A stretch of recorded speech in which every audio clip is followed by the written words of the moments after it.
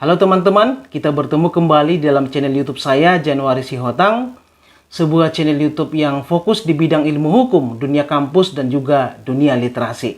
Pada video kali ini, saya akan membahas sebuah berita yang lumayan trending pada beberapa hari terakhir, yaitu terkait dengan rencana penganugerahan jabatan akademik tertinggi, yaitu profesor tidak tetap atau sering disebut sebagai profesor kehormatan, kepada Presiden kelima Republik Indonesia, Ibu Megawati Soekarno Putri. Rencananya, penganugerahan profesor kehormatan ini akan dilaksanakan di Universitas Pertahanan pada tanggal 11 Juni 2021 yang akan datang. Dan pada saat itu, Ibu Megawati akan mempresentasikan orasi ilmiah dengan judul Kepemimpinan Presiden Megawati pada Era Krisis Multidimensi tahun 2001 sampai 2004. Nah, begitu berita ini dan beberapa flyer juga muncul di media, maka kemudian otomatis memunculkan berbagai tanggapan baik itu pro dan kontra, ya. Nah, setelah saya membaca berbagai tanggapan para netizen dan juga berita-berita yang ada di media massa, maka saya menyimpulkan setidaknya ada 4 hal yang menjadi alasan mengapa banyak warganet ataupun banyak masyarakat kurang setuju dengan penganugerahan jabatan akademik tertinggi profesor kehormatan ini kepada Ibu Megawati. Sebelum saya jelaskan yang keempat itu, tentu saya harus tekankan kepada para viewers ataupun penonton di sini bahwa profesor itu bukanlah sebuah gelar, ya. Bahwa profesor itu merupakan jabatan akademik. Jadi jabatan akademik itu ada beberapa tingkatan, mulai dari asisten ahli, kemudian lektor, lektor kepala, dan paling tinggi adalah profesor. Sedangkan gelar adalah sesuatu yang didapatkan setelah melalui proses menempuh pendidikan. Nah, itu dimulai dari misalnya D3, ya, ada ahli madya, kemudian ada sarjana, magister, dan juga doktor. Jadi itu perlu ditekankan di awal ini, supaya kemudian kita tidak salah kaprah dengan menyebut profesor itu sebagai sebuah gelar akademik. Nah, kembali ke poin yang tadi, ada 4 hal yang menjadi alasan kemudian kenapa banyak warganet tidak setuju atau kurang setuju dengan penganugerahan profesor kehormatan kepada Ibu Megawati Soekarno Putri. Yang pertama adalah bahwa ketika ditelisik kemudian latar belakang pendidikan daripada Megawati Soekarno Putri, di mana kalau Anda baca sejarah, beliau itu tidak lulus atau bahkan DO dari Universitas Padjadjaran Bandung. Artinya beliau itu tidak memiliki gelar kesarjanaan. Sehingga kemudian menurut warganet bahwa seseorang yang tidak mendapatkan gelar kesarjanaan itu tidak layak untuk mendapatkan profesor kehormatan ataupun profesor tidak tetap. Itu yang pertama. Kemudian yang kedua, warganet juga merasa bahwa pemberian profesor kehormatan ini atau profesor tidak tetap ini adalah sebagai titik kulminasi atau puncak daripada obral gelar kehormatan yang diberikan oleh perguruan tinggi selama ini kepada para pejabat ataupun politisi di negara ini, ya, dimana beberapa waktu yang lalu juga banyak tokoh-tokoh politik yang mendapatkan gelar kehormatan, baik itu Doktor honoris causa maupun profesor tidak tetap. Ya, sekedar menyebut misalnya ada Susi Pujiastuti, ada Riemijat Diakudu yang juga diberikan di Universitas Pertahanan. Kemudian Susi Pujiastuti itu diberikan di ITS, dan juga ada SBY, ya, baik itu Doktor honoris causa maupun profesor kehormatan yang sebelumnya juga diberikan oleh Universitas Pertahanan. Menurut warganet bahwa obral gelar kehormatan ini ada semacam simbiosis mutualisme antara yang memberikan dengan yang diberikan, ya, antara si tokoh tersebut dengan universitas yang bersangkutan. Nah, menurut warganet juga, ini bukan menurut saya, ya, menurut warganet bahwa ketika sebuah universitas menganugerahkan gelar kehormatan kepada salah satu tokoh, maka itu berimplikasi terhadap perhatian yang lebih dari tokoh yang bersangkutan kepada universitas ataupun pimpinan di universitas yang bersangkutan.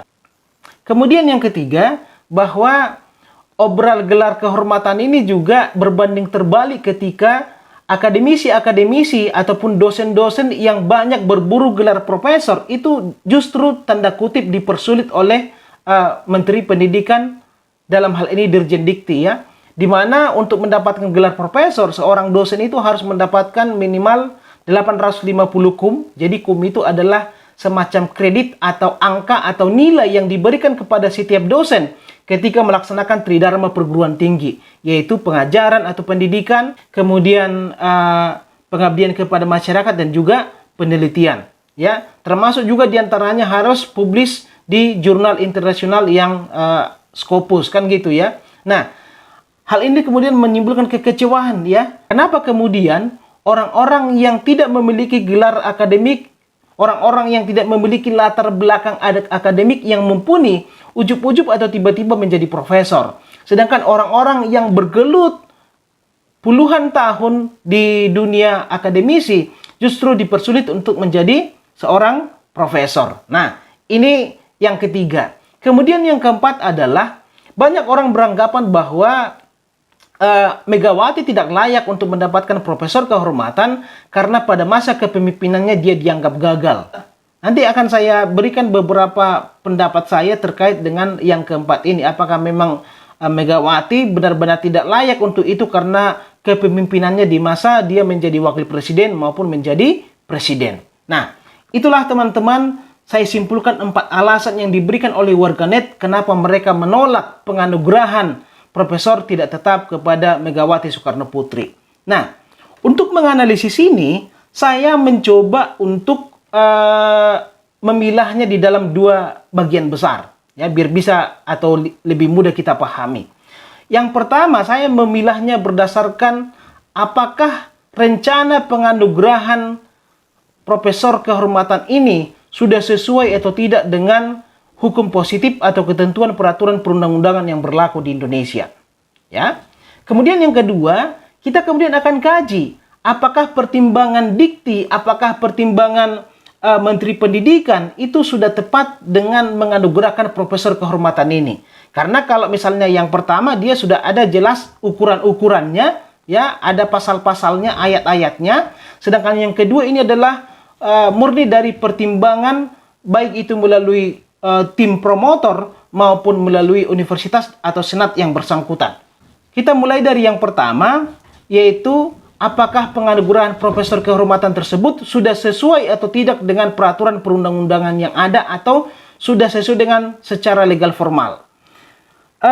Kalau kita baca tata cara penganugerahan profesor tidak tetap ataupun profesor kehormatan kepada seseorang, itu kita bisa baca di dalam Peraturan Menteri Pendidikan Kebudayaan nomor 40 tahun 2012.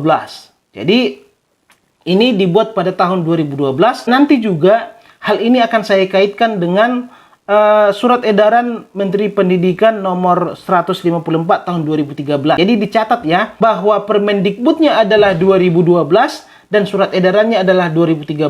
Artinya ketentuan-ketentuan ini tidak dibuat pada masa pemerintahan Megawati ataupun pada masa pemerintahan Jokowi yang dianggap satu gerbong dengan Megawati Soekarno Putri. Dengan kata lain bahwa kedua produk hukum ini dibuat pada masa pemerintahan Presiden Susilo Bambang Yudhoyono. Kita mulai dari persyaratan legal formal yang pertama. Nah, di dalam pasal 1 Permendikbud nomor 40 tahun 2012 tentang pengangkatan profesor atau guru besar tidak tetap pada perguruan tinggi, di sana dikatakan bahwa seseorang yang memiliki keahlian dengan prestasi luar biasa dapat diangkat sebagai dosen tidak tetap dalam jabatan akademik tertentu pada perguruan tinggi. Nah, untuk memahami pasal ini, Anda bisa menggarisbawahi beberapa hal. Yang pertama yaitu seseorang dengan prestasi luar biasa. Nanti kita kaji apakah memang Megawati ini memiliki prestasi yang luar biasa. Lalu kemudian diangkat sebagai dosen tidak tetap. Ingat, dosen tidak tetap. Terus kemudian yang ketiga adalah pada jabatan akademik tertentu. Ketika membaca pasal ini, saya kemudian jadi teringat di universitas saya waktu saya kuliah S1 di Universitas Sumatera Utara, bahwa di Fakultas Ilmu Budaya Universitas Sumatera Utara itu ada seorang dosen tidak tetap yang dia tidak pernah lulus SD, atau dia, saya baca sejarahnya, dia hanya sampai pada kelas 2 SD, yaitu Bapak Marsius Sitohang. Ya. Tapi kemudian dia diangkat menjadi dosen tidak tetap di Universitas Sumatera Utara. Kenapa? Karena dia itu memiliki sesuatu yang luar biasa, yaitu mampu memainkan musik tradisional Batak dengan sangat baik. Dan itu kemudian dia tularkan kepada generasi-generasi berikutnya, yaitu mahasiswa yang ada di Fakultas Ilmu Budaya Universitas Sumatera Utara. Inilah salah satu contoh bahwa ternyata universitas itu juga memberikan kesempatan kepada orang-orang yang berprestasi luar biasa, walaupun dia tidak memenuhi syarat-syarat secara akademik untuk menjadi dosen tidak tetap di sebuah universitas. Ya. Bahkan sekarang juga di Fakultas Hukum saya, misalnya tempat saya mengabdi, bahwa ada orang-orang yang memang dia belum layak sebagai dosen secara gelar akademik, dia masih S1 misalnya, tapi karena dia pengacara, dia hakim, ya, dia memiliki kemampuan di dalam praktik, maka dia diangkat sebagai dosen tidak tetap atau dosen luar biasa untuk mengajar mata kuliah yang sesuai dengan keahliannya. Jadi, menurut pasal 1 ini bahwa itu bukan sesuatu yang luar biasa, tetapi sudah sering dilakukan oleh universitas-universitas di negeri ini. Kemudian yang kedua, ya, pengangkatan seseorang sebagai dosen tidak tetap sebagaimana dimaksud dalam pasal 1 ayat 1 tadi ditetapkan oleh perguruan tinggi masing-masing setelah mendapatkan persetujuan senat. Nah, berdasarkan informasi ataupun berita yang beredar bahwa rencana untuk pengangkatan Megawati sebagai dosen tidak tetap di Unhan itu sudah melalui proses yang sebenarnya, yaitu dimulai dari universitas yang bersangkutan melalui rapat senat dan disetujui oleh senat universitas yang bersangkutan, lalu kemudian diajukan ke Dirjen Dikti. Ya, yang kedua sudah terpenuhi. Kemudian yang ketiga, yaitu di dalam pasal 2 Permendikbud nomor 40 tahun 2012, di sana dikatakan bahwa Menteri dapat menetapkan seseorang yang memiliki keahlian dengan prestasi luar biasa untuk diangkat sebagai profesor atau guru besar tidak tetap pada perguruan tinggi berdasarkan pertimbangan Direktorat Jenderal Pendidikan Tinggi. Dan ini juga sudah dipenuhi oleh Megawati. Nah, ternyata aturan-aturannya tidak berhenti sampai di situ, teman-teman.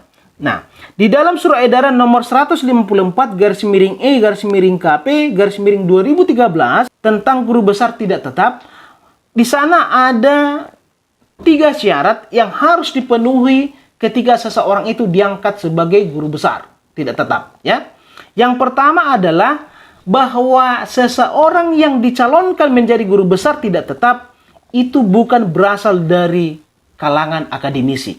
Jadi ini jelas, ya. Kalau misalnya sebelumnya Megawati adalah akademisi atau dosen, maka dia tidak bisa diangkat sebagai guru besar tidak tetap. Kemudian yang kedua, bahwa seseorang yang mau dicalonkan atau diangkat tersebut mempunyai karya yang sifatnya tacit knowledge, ya, tacit knowledge, dan berpotensi dikembangkan menjadi explicit knowledge di perguruan tinggi serta berguna bagi kesejahteraan manusia. Nah, perlu saya jelaskan di sini bahwa yang dimaksud dengan tacit knowledge itu adalah ilmu atau kemampuan seseorang yang dia miliki tapi itu belum dikaji secara ilmiah, belum diungkapkan secara ilmiah, tapi ada di dalam diri seseorang itu. Ya, misalnya seperti Marsius Sitohang tadi, ketika dia diangkat menjadi seorang dosen tidak tetap di Universitas Sumatera Utara, kemampuan dia di dalam memainkan alat musik Batak tersebut itu belum dia kaji sendiri atau belum dia pahami sendiri secara ilmiah, tapi di dalam dirinya itu ada potensi tersebut. Nah, Megawati juga seperti itu. Mungkin Megawati tidak memiliki karya ilmiah yang berjubel terkait dengan kepemimpinan strategis, tetapi dia sendiri sudah mempraktikkan itu mulai dari tahun 2001 sampai 2004 ketika dia menjadi presiden. Itu. Bahkan mungkin saja karena Megawati itu kan jenjang karirnya sudah panjang mulai dari tahun 80-an menjadi anggota DPR, kemudian dia berjuang menjadi ketua umum PDI Perjuangan, itu mungkin sudah ada, yaitu kepemimpinan strategis tersebut. Kepemimpinan untuk mengelola sebuah organisasi, kepemimpinan untuk menyelesaikan konflik, karena bagaimanapun di partai sendiri ada konflik-konflik internal. Dan itu bisa dia redam, dan terbukti PDIP bisa bertahan hingga saat ini. Ya. Lalu kemudian yang ketiga adalah diajukan oleh perguruan tinggi setelah rapat senat perguruan tinggi kepada menteri dengan melampirkan karya-karya yang bersangkutan.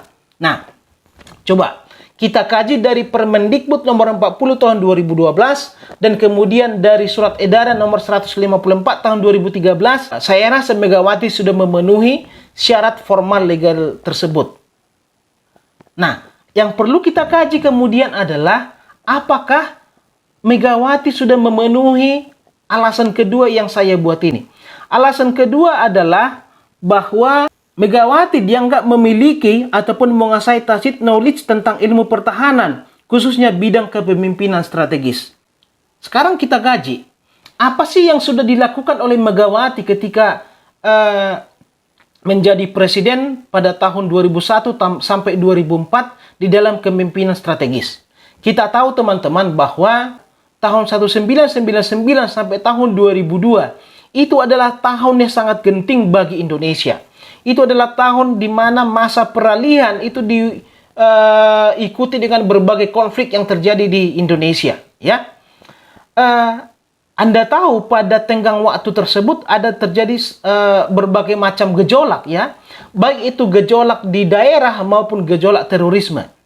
Ya, gejolak di daerah misalnya perubahan sistem pemerintahan daerah kita dari sistem sentralisasi menjadi sistem desentralisasi, itu memunculkan berbagai tanda kutip gerakan-gerakan untuk memisahkan diri dari Negara Kesatuan Republik Indonesia. Ya, itu saya tidak usah sebutlah di provinsi yang mana, tapi Anda mungkin sudah tahu bahwa pada masa itu misalnya ada GAM, ya, kemudian di Papua juga bergejolak, di Maluku juga bergejolak, di beberapa daerah yang lain juga bergejolak. Ya, kenapa? Karena memang undang-undang kita, Undang-Undang nomor 22 tahun 99 itu memberikan semacam tanda kutip kebebasan kepada daerah, kekuasaan yang besar kepada daerah untuk mengelola dirinya sendiri. Dan itu kemudian harus dimanajemen dengan baik oleh Presiden Megawati Soekarno Putri pada saat itu.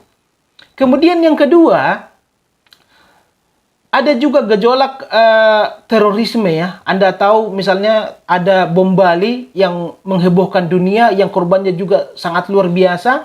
Belum lagi bom-bom di berbagai gereja, bom-bom di berbagai tempat umum dan lain-lain. Dan ini tentu menjadi persoalan bangsa yang harus diselesaikan dengan baik. Dan yang tidak boleh kita lupakan adalah bahwa tahun 2001-2002 itu adalah momentum penyelesaian perubahan Undang-Undang Dasar 1945. Di mana perubahan Undang-Undang Dasar 1945 itu dimulai dari tahun 99 sampai 2002. Sebagai partai pemenang pemilu yaitu PD Perjuangan dan Megawati sebagai ketua umumnya, tentu Megawati memiliki andil besar di dalam proses perubahan Undang-Undang Dasar tersebut. Ya. Terlepas dari berbagai kelemahan yang ada di dalam Undang-Undang Dasar tersebut, tapi saya yakin bahwa Undang-Undang Dasar yang ada saat ini itu jauh lebih baik daripada Undang-Undang Dasar yang lama. Kemudian, kalau banyak orang mempertanyakan prestasi Megawati, saya katakan tadi adalah bahwa beliau ini sudah memiliki jenjang karir yang sangat panjang mulai dari tahun 80-an sampai sekarang. Dia bisa mengelola partai sebesar PDI Perjuangan, dia bisa menjadi presiden di Republik Indonesia, ya. Presiden wanita pertama yang ada di Indonesia, dan mungkin di dunia ini hanya bisa dihitung dengan belasan jari orang-orang atau wanita-wanita yang pernah menjadi presiden. Mungkin ada orang yang mengatakan bahwa dia bisa menjadi presiden karena memang memiliki getrah ataupun keturunan dari Insinyur Soekarno sebagai founding fathers daripada negara ini. Di satu sisi itu mungkin saja benar, tapi Anda tahu bahwa anak daripada Soekarno bukan hanya Megawati, tetapi kenapa Megawati yang bisa melakukan itu? Itu berkat kepemimpinan daripada Presiden Megawati Soekarno Putri. Jadi, saya rasa tidak ada alasan kita untuk menolak profesor kehormatan yang diberikan kepada Megawati ini. Karena sebelumnya juga Presiden SBY di akhir masa jabatannya juga sudah mendapatkan jabatan akademik tertinggi tersebut. Kalau ditanya mengenai latar belakang pendidikan, seorang Susi Pujiastuti juga sudah mendapatkan gelar doktor honoris causa dari ITS. Dan apakah itu layak? Saya rasa sangat layak. Karena memang beliau itu, proses yang dia lalui, prestasi yang dia lalui, itu sudah melampaui gelar akademik yang didapatkan oleh dosen-dosen maupun akademisi. Perjuangan dia, ya, keberhasilan dia tentu lebih besar daripada hanya sekedar mendapatkan ijazah doktor, master, maupun ijazah sarjana. Jadi, kalau ada misalnya orang-orang di luar pemerintahan juga dari oposisi yang disematkan gelar profesor kehormatan dan dia memang memiliki latar belakang dan keahlian serta prestasi yang luar biasa, saya setuju-setuju saja. Pandangan ini, pendapat ini bukan karena aliran politik, bukan karena afiliasi politik, karena saya sampai sekarang tidak menjadi anggota partai politik tertentu. Pendapat ini murni sebagai pandangan dari sisi hukum atau legal formal dan dari sisi akademis. Oke, saya rasa demikian. Semoga penjelasan saya ini bermanfaat bagi kita semua. Terima kasih.